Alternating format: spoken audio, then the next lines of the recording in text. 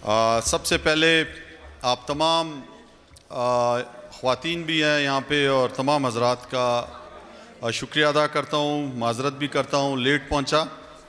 और इसके साथ साथ मैं दादशाह अचकज़ई साहब को दिल की गहराइयों से मुबारकबाद पेश करता हूँ, जो चीफ़ एडिटर हैं रोज़नामा आवाज़ टाइम्स के आज अल्लाह ताला का शुक्र है कि इन्होंने जो एक मेहनत की 2011 में जो एक पौधा लगाया रोज़नामा आवाज़ टाइम के नाम से, और आज उसको 10 साल हो गए हैं और 10 सालों का ये सफ़र कोयटा से इनको बाहर ले गया।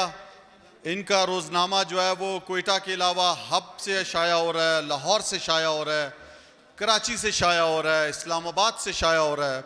तो ये एक बहुत खुशी की बात है कि बलूचिस्तान कोयटा से एक अखबार एक नौजवान शुरू करता है और उसके बाद पूरे पाकिस्तान में ये आपका रोज़नामा आवाज़ टाइम्स जो बलूचिस्तान की आवाज़ है, जो कोयटा की आवाज़ है, वो पूरे पाकिस्तान में के जो मरकज़ी शहर है वहाँ से आज इनका रोज़नामा बाकायदा तौर पर शाया हो रहा है।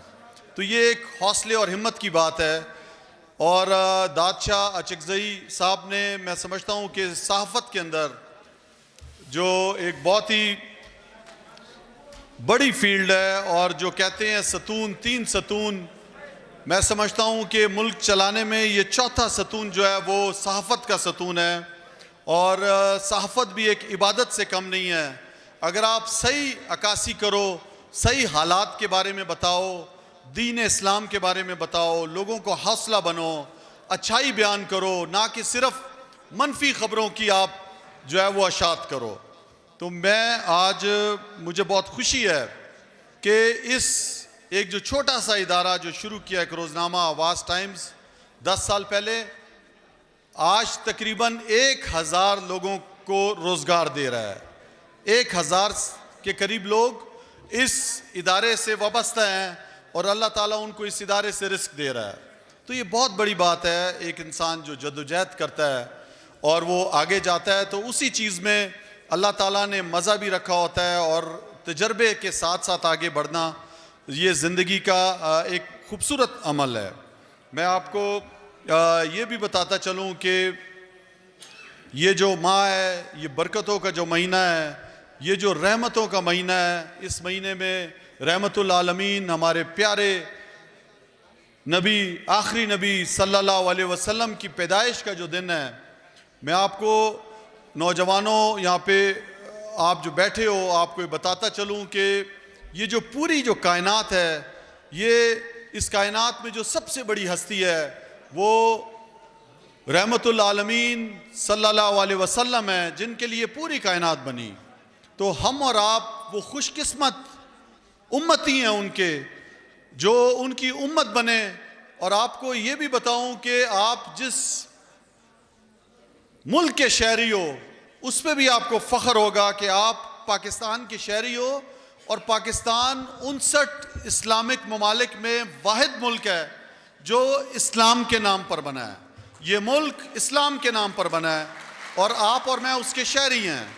और जो सबसे बड़ा जो फ़ख्र का बायस है वो ये है कि हम अपने प्यारे नबी सल्लल्लाहु अलैहि वसल्लम के उम्मती हैं। तो इस पे सबसे बड़ा फ़ख्र है हमें। तो इस बाबरकत, इस बरकतों वाले, रहमतों वाले महीने में हम सबको चाहिए कि हम अपने प्यारे नबी सल्लल्लाहु अलैहि वसल्लम के किरदार की वो खसूसियात एक दूसरे को बयान करें जिसकी वजह से दुनिया के अजीम लीडर बने। उनके पास पैसा नहीं था, उनके पास तलवार से उन्होंने इस्लाम नहीं फैलाया, उन्होंने इंसानियत का दर्स देकर माशरे में इंसाफ कायम करके, रंग और नस्ल का फ़र्क ख़त्म करके, लिसानियत का फ़र्क ख़त्म करके एक ऐसा माशरा कायम किया जिसमें उनका किरदार सबसे अफजल था, सबसे सादिक और अमीन थे। तो मेरी आप तमाम नौजवानों से ये गुजारिश होगी कि हम सब पूरी दुनिया में मुसलमान ममालिक में सबसे ज़्यादा नौजवान पाकिस्तान में हैं। तो आप नौजवानों पूरी मुसलमान उम्मा के रहबर हो, सबसे ज़्यादा आप हो। पूरी मुसलमान उम्मा में आप लोगों पे सबसे ज़्यादा जिम्मेदारी है कि आपने नबी की उम्मत के वो सिपाही बनने हैं कि जो उनके किरदार को जानते हो, जो उन जैसा बनना चाहते हो, जो उनकी खूबियां अपने किरदार में लेके आए। तो हम सबको चाहिए कि हम अपनी किरदार की बेहतरी के लिए अपने प्यारे नबी सल्लल्लाहु अलैहि वसल्लम की वो खूबियां अपनाएं, उनके किरदार की अपने किरदारों में लेके आएं, और उनकी जो उनके साथ साहिबा कराम थे उस दौर में, जो बड़े बड़े नाम जिनके हैं, उनकी खूबियां लेके आएं। तो यही इस्लाम का जो असल जो मकसद है, वो जब हम अपने अंदर वो किरदार लेके आएंगे तो मुझे पूरा यकीन है कि हम और आप वो इस्लामी माशरा कायम करने में पूरे मददगार साबित होंगे। तो सबसे पहले चीज़ है कि अपने किरदार में बेहतरी लाएं, अपने प्यारे नबी सल्लल्लाहु अलैहि वसल्लम की सुन्नत पर अमल करें, वो सुन्नत एक दूसरे को बयान करें, वो छोटी छोटी चीज़ें अपने अंदर ले आएं, जज्ब कर लें अपने अंदर, और फिर इस्लामी माशरा बनाने के अंदर जो एक रियासत की जिम्मेदारी है उसकी तरफ जाएं, और वो मदीना की रियासत के असूल भी अपने इस मुल्क के असूलों के अंदर अपनाएं, जिससे हम और आप एक अजीम कौम बन सकें। हम और आप फख्र से फिर कह सकें कि हम सच्चे अपने प्यारे नबी सल्लल्लाहु अलैहि वसल्लम की उम्मती हैं। हमने इंसाफ पर मबनी माशरा कायम किया, और दुनिया को हम बताएं कि ये जो मुल्क जो एक दो नजरिए कौमी नजरिए पे बना, इस्लाम के नाम पे बना, ये हकीकी मानों में किला है इस्लाम का। नौजवानों, आपको बताऊं कि 59 इस्लामिक ममालिक में बड़े बड़े मुल्क, ईरान जिसकी 5000 साल से ज़्यादा तारीख़ है, जो फ़ख्र महसूस करते हैं कि ईरानी हम फ़ारिस के लोग एक कदीम कौम है, कदीम रवायत है, कदीम सकाफ़ती लोग हैं, एक ज़बान बोलने वाले लोग हैं। मिस्र आपके सामने है, हज़ारों साल की तारीख़ है, वो फ़ख्र महसूस करते हैं कि हमारी तारीख़ है। लेकिन नौजवानों, 59 ममालिक में से कम उम्र वाला 74 साल वाला पाकिस्तान वाहिद एटमी मुल्क है। ईरान नहीं बन सका एटमी कुव्वत, मिस्र नहीं बन सका एटमी कुव्वत, वो बड़े बड़े ममालिक नहीं बन सके। आपका मुल्क, अल्लाह ताला का शुक्र है कि एक एटमी मुल्क बन सका। आपके मुल्क के पास जो पाक अफवाज है, किसी इस्लामिक मुल्क के पास नहीं है, फ़ख्र है हमारा। तो आपसे मेरी गुजारिश होगी कि ये जो हम और आप हैं, ये आज एक अफ़गानिस्तान के हालात आपके सामने हैं। एक बहुत बड़े मुल्क जो सुपर पावर कहलाता है इस दुनिया का, वो यहाँ से शिकस्त खा कर गया है। एक ईमानी जज्बे के सामने शिकस्त खा गया। उसकी वो जदीद टेक्नोलॉजी, वो $ट्रिलियन डबो कर यहाँ से गया है।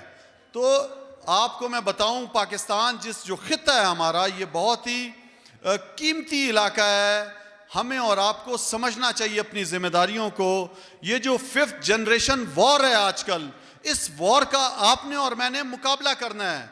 ये जो सहाफ़त है, ये एक मैंने आपको बताया बहुत ही अजीम पेशा है। इस पेशे में वो नैरेटिव आपने बिल्ड करना है जो खरबों डॉलर लगाकर आपके दुश्मन मुल्क अफरा तफरी फैलाना चाहते हैं। ये जो मनफी खबरें फैलाकर गलत खबर को सच साबित करते हैं और दुनिया पर हुक्मरानी अपनी कायम करते हैं। हमने और आपने इसका मुकाबला करना है।